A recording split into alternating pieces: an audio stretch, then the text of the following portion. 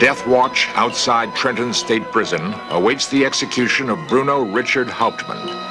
He has been convicted of kidnapping and murdering this child, the firstborn son of Charles Lindberg. On the night of April 3rd, 1936, Bruno Hauptmann is put to death.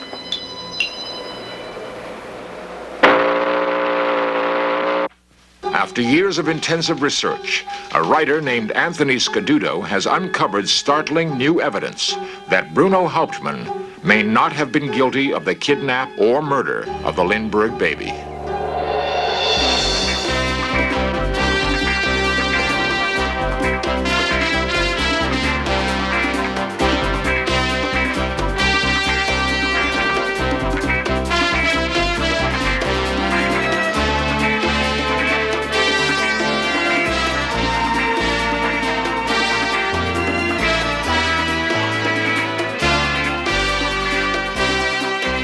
This series presents information based in part on theory and conjecture. The producer's purpose is to suggest some possible explanations, but not necessarily the only ones, to the mysteries we will examine. We are a nation founded in laws, but sometimes our system of justice doesn't live up to its highest ideals. With newly uncovered evidence, we're going to go back more than half a century and carefully re-examine a moment when justice may have faltered. New York is a city with a passion for hailing its heroes, and in 1927, it celebrates a man who, with one courageous act, has captured the imagination of the world. His name is Charles Lindberg, and he has flown the Atlantic alone.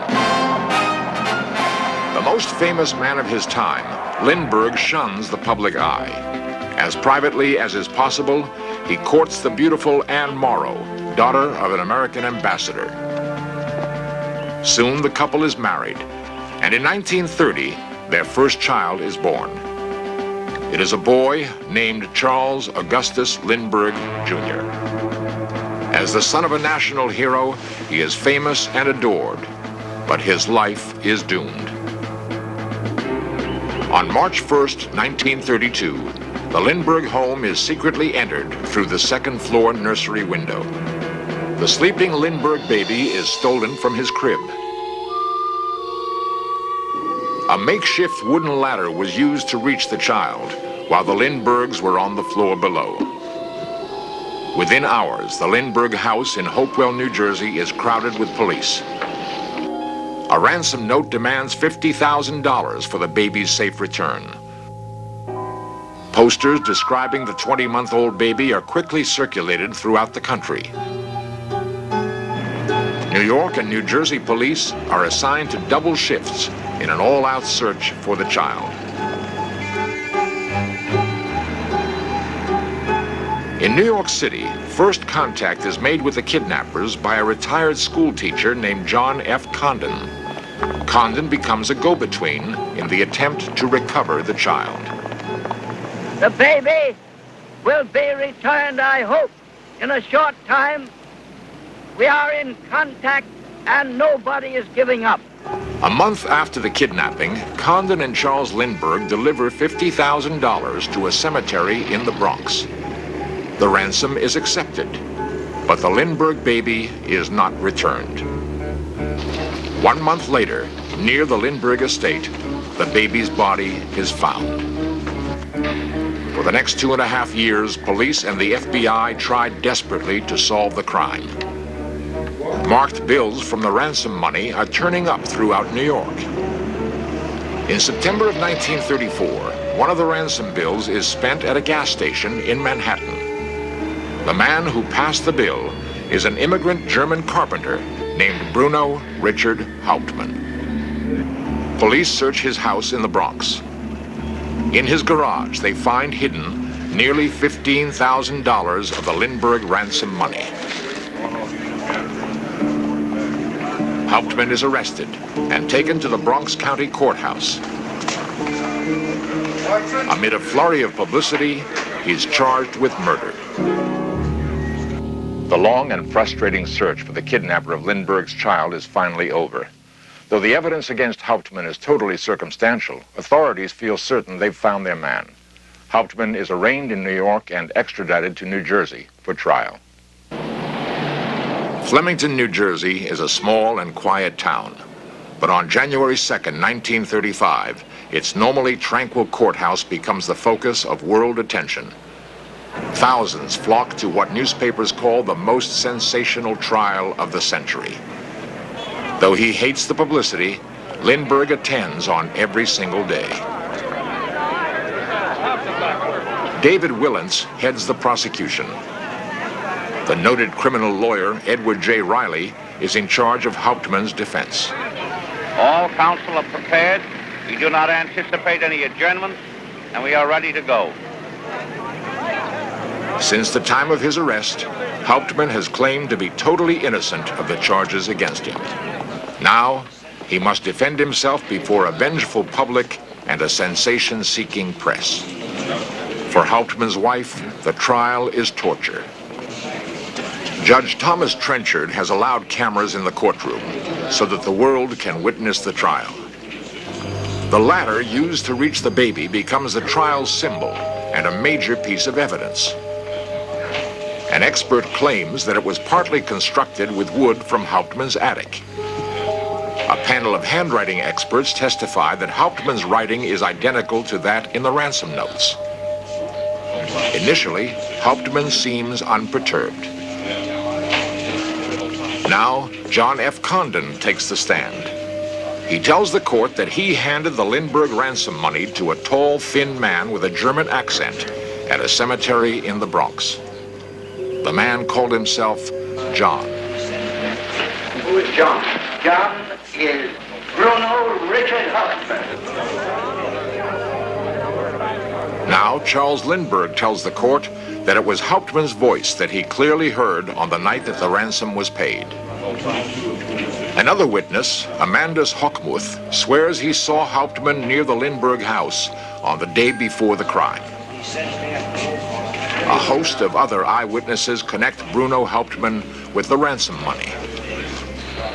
Hauptmann drove into my station and pulled up to an apple pump and asked for 5 gallons of gas. I identified Bruno Richard Hauptmann. I identified Bruno Richard Hauptmann. Bruno Richard Hauptmann was the man who came to the Sheraton Theater and handed me one of the $5 ransom bills.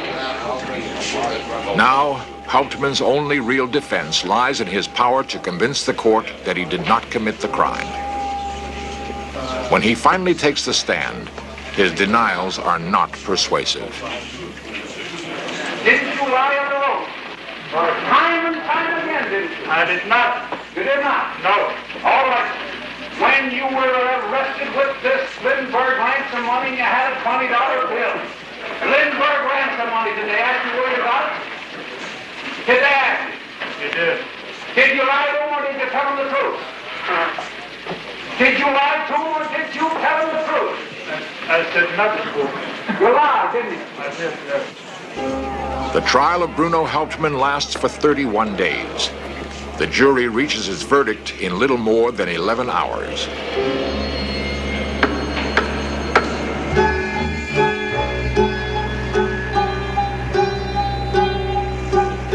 As the news of Hauptmann's conviction is flashed around the world, his wife and his attorney make a final public appearance. Mrs. Hauptmann, you still believe in the innocence of your husband, don't you? I believe, and I know my husband is innocent. He did not kidnap the Lindberg baby, and he did not murder the Lindberg baby. I wish to appeal to the people of the United States to help me. I have no money. I haven't even got money for my sick baby. At New Jersey's Trenton State Prison, Hauptmann waits to die.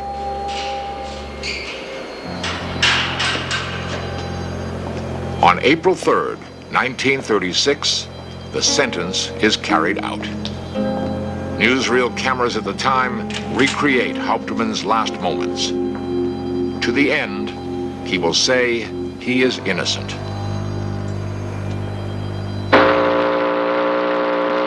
Flash, United Press, Trenton. Hauptmann executed 8:47 1/2. A morbid crowd outside the prison has gathered to watch the hearse leave. In New York City, nearly 40 years after Hauptmann's death, new evidence has come to light. Anthony Scaduto, a writer and a former reporter, has spent more than 3 years investigating the complex details of the Lindberg kidnapping case. Scaduto's probing research has revealed some startling new facts. Back in 1973, I got a call from a man who had been on the fringes of organized crime for many years. I had been the mafia expert, so-called, for the New York Post. And he said he could prove that Hauptmann was absolutely innocent of the crime of kidnapping and killing the Lindberg baby. And I began to check into some of his evidence, and I eventually got into the files of the Bronx District Attorney's Office and the New York City Police Department. And I found strong evidence that Hauptmann indeed had been the victim of a frame-up. I found evidence that all the eyewitness testimony had been, the eyewitnesses were either liars or mistaken, that the expert testimony, the expert witnesses, distorted in order to help convict Hauptmann, and that the physical evidence, every piece of physical evidence, was either manufactured by the police or distorted by them to convict Hauptmann. And I feel absolutely certain that Hauptmann was innocent. Was Bruno Richard Hauptmann deliberately sent to his death?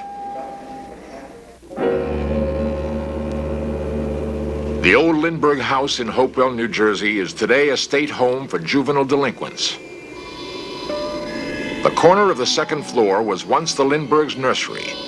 The kidnapper entered through this window to reach the sleeping baby. The baby was then carried down this shaky wooden ladder. But did Bruno Hauptmann build it and then steal the Lindberg child? You never took your chisel into that bedroom, did you? I never was. You never took that ladder up there either, did you? I even didn't build it. You didn't take that ladder out of your attic either, did you? No, sir. One of the major pieces of physical evidence against Hauptmann was the ladder. The police and prosecution claimed that Hauptmann climbed into his attic, cut a piece of floorboard out of the attic, went back down to his apartment, 2 floors down, back to his garage, in which there was a great deal of lumber, to use this piece of wood to construct the ladder. And an expert witness testified that the grains of wood from the remaining piece in the attic floor matched precisely the rail of the ladder that they claimed Hauptmann took out of the attic. The fact is, you could see very clearly when you put the 2 pieces together that in order to make the grains match, one has to shove one of the pieces up higher in a very unnatural, distorted position. Based on this and other evidence, Scaduto believes that the wood in the ladder may have been tampered with while in the possession of the police. The ladder, however, is only a part of the evidence that Scaduto uncovered. The woods about a mile from the Lindberg house is the site where the baby's body was found. It was quickly buried in a shallow grave. Scaduto discovered evidence that the body was not the missing child. The body that was found was in such a severe state of decomposition that the family doctor, on looking at the corpse, said if you gave me $1 million, I could not identify this thing. Lindberg made the identification solely on the basis of counting the number of teeth. Any child of the same age, generally, millions of children of the same age, would have the same number of teeth. The chances are that that body was not the body of the Lindberg baby, which means that no murder has been proved, which means that Hauptmann was absolutely wrongly convicted, forgetting all the other evidence. He was wrongly convicted because they could not prove a murder. When police discovered ransom money hidden in Hauptmann's garage, Hauptmann claimed that the cash belonged to a man named Isidore Fish. Fish, he said, was a business partner who had gone to Europe and then died. Hauptmann insisted he discovered the cash in a box Fish had left for safekeeping. The explanation seemed far-fetched and was dubbed the fishy story. I found in the files of the District Attorney's Office and the New York City Police Department that evidence to show that Hauptmann and Fish indeed were business partners, evidence that was suppressed to destroy Hauptmann's alibi, to create this fishy story that Hauptmann was telling. Also, evidence that Hauptmann and Fish did not meet until 4 months after the kidnapping, so that there was no possibility that they had been partners even in the kidnapping and seizing of the ransom. All of this was suppressed in order to destroy Hauptmann's alibis. Handwriting played an important role in the conviction of Bruno Hauptmann. The prosecution's chief handwriting expert was Albert Osborne. The physical evidence connecting the writing of all of the Lindberg ransom notes and the writing signed Hauptmann is, in my opinion, irresistible, unanswerable, and overwhelming. Scaduto learned that the handwriting comparisons were made largely on the basis of numerous forced dictations taken from Hauptmann at police headquarters. Hauptmann's written numbers could never be shown to match those on the ransom notes, and there is evidence of tampering. In 1977, I was contacted by a woman named Hilda Zenglein. She was a defense handwriting expert. She was dismissed because she said that she would get up and testify that the original ransom notes had been tampered with to make them look more like Hauptmann's handwriting. And she sent me an example of what she saw, and what they basically did, she said, was to round off letters in the ransom note so they would look more like Hauptmann's handwriting. And she said it was very obvious, and she was not permitted to testify. That evidence was never introduced by the defense. During the trial, many witnesses did take the stand to testify against Hauptmann. Amandus Hochmuth pointed to Hauptmann as the man he saw driving near the Lindberg house on the day before the kidnapping. I found documents to show that about 2 months after this event, Amandus Hochmuth applied for welfare in New York City, and it was granted because the welfare agent said, quote, he is almost totally blind, close quote. He could not have identified anyone. John F. Condon played a major role in the conviction of Bruno Hauptmann. Dr. Condon was a garrulous old man who very, very honestly wanted to help recover the Lindberg child. And he injected himself into the case and was accepted as an intermediary. When Hauptmann was arrested, Condon was asked to identify him to see whether Hauptmann was the man to whom Condon had passed the ransom money. After looking at Hauptmann and even talking with him and shaking his hand, Condon stepped out of the identification room and told police and the FBI agents that he could not identify this man. He said, this is not the man. Condon would not identify Hauptmann until 2 or 3 weeks before the trial. In the interim, he had been coerced by the police. 1, he was threatened with violence, and 2, he was threatened with arrest as an accomplice if he would not identify Hauptmann. Hauptmann was also identified by Charles Lindberg himself. In the atmosphere of the trial, the testimony was damning. Lindberg identified Hauptmann's voice as the voice he heard in the cemetery almost 2.5 years before, speaking only 2 words, hey doctor. And that identification cinched it in the jury's mind at the very early stages. The juries later told reporters that when they heard Lindberg say that it was Hauptmann's voice that spoke those words the night the ransom was passed, they were convinced Hauptmann was guilty. The thing is that Lindberg, after Hauptmann's arrest, heard Hauptmann speak those words again in the Bronx District Attorney's office, and for a full week he could not make up his mind. Not until the police had relayed to him all the evidence that they had compiled against Hauptmann, much of which I've later found has been tampered with, manufactured. All that evidence was given to Lindberg as the reason that Hauptmann was indeed the kidnapper. And only after that did Lindberg say, right, I'll identify his voice. And he did at the trial. Was Bruno Hauptmann really guilty of the kidnap and murder of the Lindberg child? For Anthony Scaduto, the answer is clear. At best, Hauptmann's role, and I feel this strongly, was that he had no connection in any way with the kidnapping nor with the extortion. That his greatest part in it was to have taken the box full of money from Isidore Fish, not knowing it was money, not discovering it was money until months after he learned Fish had died in Germany. At worst, he could have been the receiver of stolen goods. That is, he could have known that this box actually contained money and that it contained hot money. I think what happened is, once they found Hauptmann in possession of the $15,000 in ransom money, they believed firmly that he was the guilty party. Individually, police officers distorted evidence, even manufactured evidence, and suppressed evidence that would have proved his innocence because they were so firmly convinced he was guilty. And they sent him to the electric chair.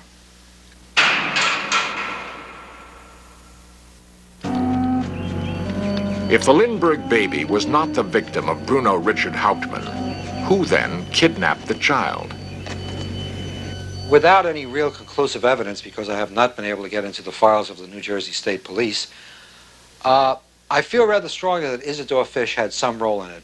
Perhaps as the kidnapper, perhaps simply as the extortionist. And it could have been two different plots. But Isidore Fish had been a swindler. He was involved with underworld figures. And he had been seen in the area of the Lindberg home weeks, days, months perhaps before the kidnapping. Also that Isidore Fish was known to have had business dealings and personal friends in the area of the Lindberg home in the Sauerland Mountains. In conclusion, I feel strongly that Isidore Fish, if anyone, had a large hand in the kidnapping and or extortion.